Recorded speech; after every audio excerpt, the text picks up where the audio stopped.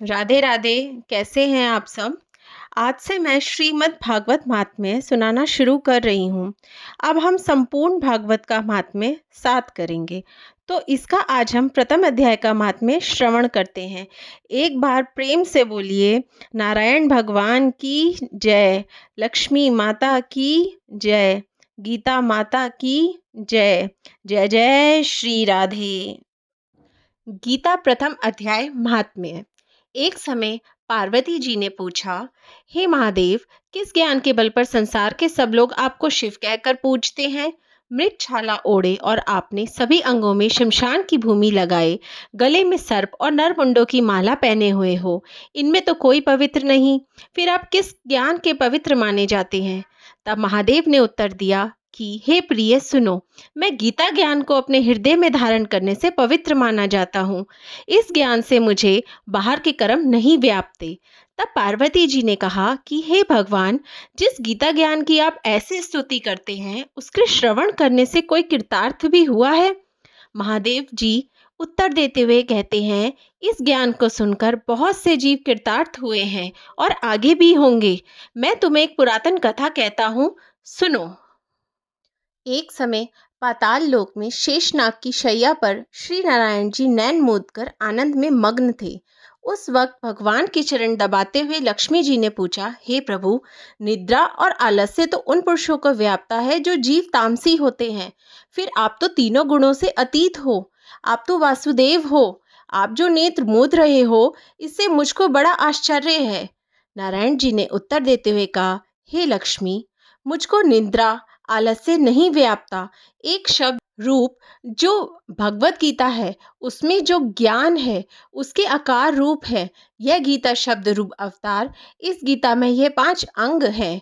5 अध्याय मेरा मुख है, 10 अध्याय मेरी भुजा है, 16वां अध्याय मेरा हृदय और मन और मेरा उदर है, 17वां अध्याय मेरी जंघा है, 18वां अध्याय मेरा चरण है। गीता श्लोक ही मेरी नाड़ियां हैं और जो गीता के अक्षर हैं वो मेरा रोम है। ऐसा मेरा शब्द रूपी जो गीता ज्ञान है, उसी के अर्थ मैं हृदय में विचार करता हूँ और बहुत आनंद प्राप्त होता है। लक्ष्मी जी बोली, हे नारायण जी, जब श्री गीता जी का इतना ज्ञान है तो उसका सुनकर कोई जीव कृतार्थ भी हुआ है, तो मुझसे कहो। तब श्री नारायण जी ने कहा, हे लक्ष्मी, गीता ज्ञान को सुन के बहुत से जीव कृतार्थ हुए हैं, सो तुम श्रवण करो। एक व्यक्ति था जो चंडालों के कर्म करता था और तेल नमक का व्यापार करता था। उसने एक बकरी पाली। एक दिन वह बकरी चराने के लिए वन में गया और वृक्ष से पत्ते तोड़ने लगा। वहां उसे एक सांप ने डस लिया, जिससे वह तुरंत मर गया।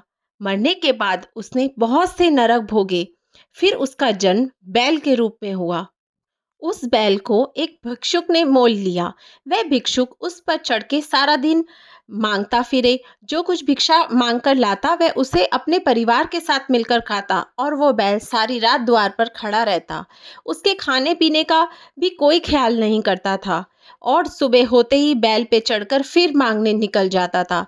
जब बहुत दिन बीत गए, तब वह बैल भूख से गिर गया, लेकिन उसके प्राण नहीं निकले। नगर के लोगों ने देखा और उस बैल को कोई तीर्थ फल दे तो कोई व्रत का फल दे, तब भी उस बैल के प्राण नहीं छूटे। एक दिन एक गणिका आई। उसने लोगों से पूछा, ये कैसी भीड़ है? तो उन्होंने कहा कि इसके प्राण नहीं निकलते, अनेक पुण्यों का फल दे रहे हैं, तो भी इसकी मुक्ति नहीं होती। तब गणिका ने कहा कि मैंने जो कर्म किया है, उसका फल मैंने इस बैल को दिया है। इतना कहते ही बैल की मुक्ति हो गई। तब बैल ने एक ब्राह्मण के घर जन्म लिया। पिता ने उसका नाम सुशर्मा रखा। उसके पिता ने उसे पढ़ाया लिखाया। उससे अपने पिछले जन्म की सुध थी। उसने एक दिन मन में विचार किया कि जिस गणिका ने मुझे बैल की योनि से छुड़ाया था, उसका दर्शन करूं। फिर चलते चलते गणिका के घर गया और कहा, क्या आप मुझे पहचानती हैं? गणिका ने कहा, मैं नहीं जानती, तुम कौन हो? तब उसने कहा कि मैं वही बैल हूँ जिसको आपने अपने पुण्य दिए थे। तब मैं बैल की योनि से छूटा था। अब मैं विप्र के घर जन्मा हूँ। आप अपना पुण्य बताएं। गणिका ने कहा कि मैंने अपने जाने कोई पुण्य नहीं किया, परंतु मेरे घर एक तोता है, वह रोज सवेरे कुछ पढ़ता है, मैं उसका वाक्य सुनती हूँ। उस पुण्य का फल मैंने तुम्हें दे दिया था। तब विप्र ने तोते से पूछा कि तू सवेरे क्या पढ़ता है? तोते ने कहा, मैं पिछले जन्म में विप्र का पुत्र था। मेरे पिता ने मुझे गीता के पहले अध्याय का पाठ सुनाया करते थे। एक दिन मैंने गुरु से कहा कि मुझको आपने क्या पढ़ाया? तब गुरुजी ने मुझे शाप दिया कि तू तोता बन जा। इसके बाद से मैं तोता बन गया। एक दिन बहेलिया मुझे पकड़ ले आया और एक विप्र ने मुझे मोल ले लिया। वह विप्र भी अपने पुत्र को गीता के पाठ सिखाता था। तब मैंने भी यह पाठ सीख लिया। उस दिन विप्र के घर में चोर घुस गए। उन्हें धन तो प्राप्त नहीं हुआ, लेकिन वह मेरा पिंजरा उठा ले आए। उनकी यह गणिका मित्र थी। वह मुझे उसके पास ले आए। सो मैं नित्य प्रातः गीता जी के पहले अध्याय का पाठ करता हूँ, जिसे यह गणिका सुनती है। पर इस गणिका को समझ में नहीं आता। जो मैं पढ़ता हूँ वही इस गणिका ने तेरे निमित्त दिया था। वह श्री गीता जी के पहले अध्याय का फल था। तब विप्र ने कहा कि हे तोते, तू भी विप्र है, मेरे आशीर्वाद से तेरा कल्याण हो।